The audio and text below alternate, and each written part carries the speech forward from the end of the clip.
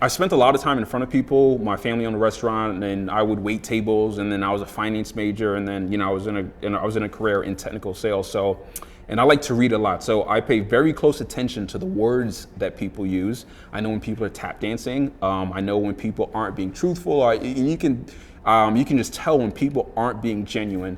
So when I came across Street Master and his teachings, the totality of what his answers entailed, how punctual and precise, how graceful he was with his delivery.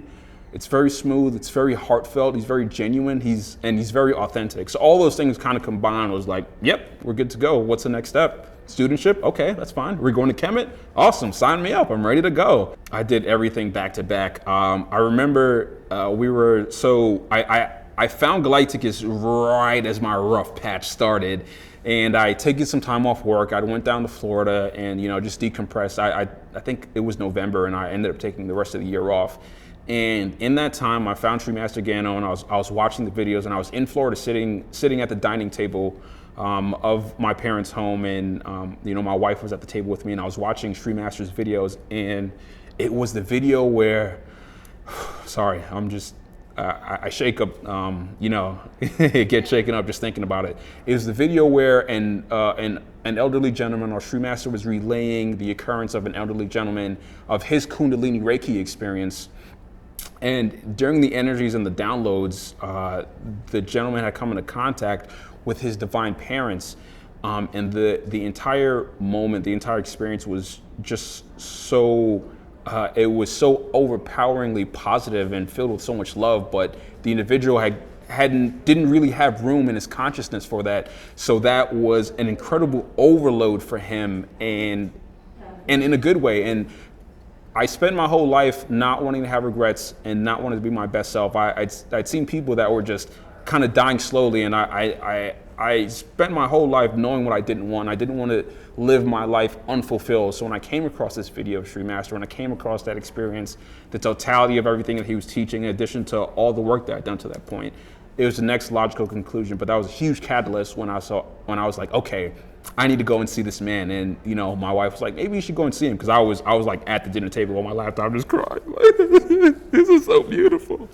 My wife came with me to that seminar as well. I'm glad she did. But that was the catalyst for that experience, and that was one of the driving factors. Like, okay, yeah, this is real. And then I went to LA at the Sequence of Power, and then Kemet was shortly 1 month after that. He provides working solutions, and he doesn't focus on things that aren't a part of the solution, like thinking about all the things that can go wrong, or think about all the ways that forces are coordinated against you. He talks about empowerment, and he delivers the tools and modalities that are consistent with what he preaches, which is love, light, empowerment, and enrichment. And he provides solutions to many of the things that unfortunately aids plagues most of the world today. Now, have you had any divine occurrences? Oh yes, absolutely. So two in particular, right? So one was a Reiki experience that I have. Obviously getting the Kundalini Reiki. I had gotten it before. And as a student, you kind of get you're good, and you might get your touch-ups when you come to the seminar, but I actually just went through and did the whole thing. So with that one experience in particular, two major occurrences, right? So I saw my angelic spirit guides, and that was just beyond beautiful, beyond words. Calling in XYZ and getting, I believe, the second attunement for that set, right? Because there's 3 attunements. So on this one, I was at home. I was in bed. I was kind of rushed. I had these beautiful crystals that I just got. These beautiful wands called Euphorolite, and you just have the most amazing dreams with them ever. And so I just happened to be doing this near, and I think that was a great catalyst for the experience. In addition to obviously getting the energy from Street Master Gano. In that same attunement, I actually, I told Street Master, I said, hey, I saw this beautiful being. He was incredibly bright, and he was small but large. Like, I can look at him, but I knew that what I was looking at, the totality of it was so much larger than myself and what I was experiencing.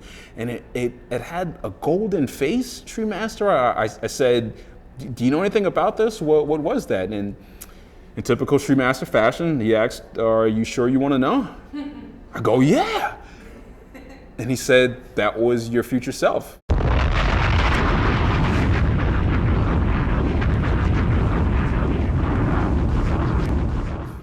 And that was an incredibly humbling moment, because it's, I know that I'm a good person. I know that I've done good deeds, but when you begin the studentship and the program of ascension, you're aware that there is more to life, and you have to do more to leave here than just being a good person. So getting that was amazing confirmation that I'm in fact on the track. And a lot of us tend to be very hard on ourselves during the day, right? Obviously the teachings of True Master Gano has helped with that, and just being at ease with the pace that you're making with regards to your spiritual ascension and growth.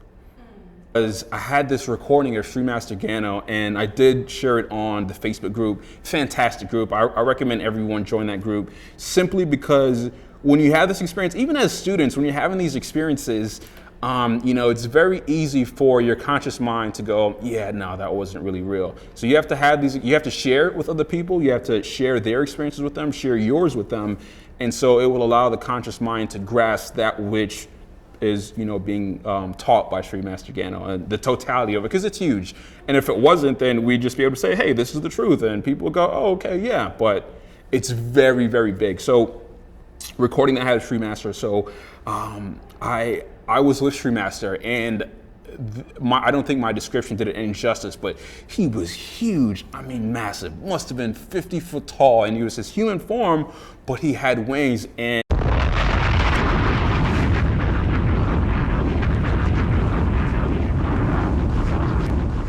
it was the most beautiful thing ever. And the one thing I recall from the recording was that we were talking about Hercules, and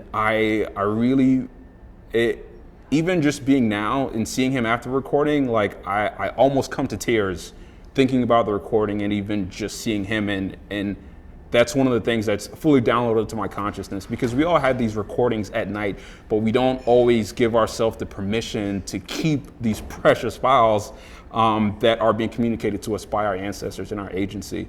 So through Galighticus, through the studentship, I've been able to learn how to retain those files, those things that are more precious and valuable than silver and gold.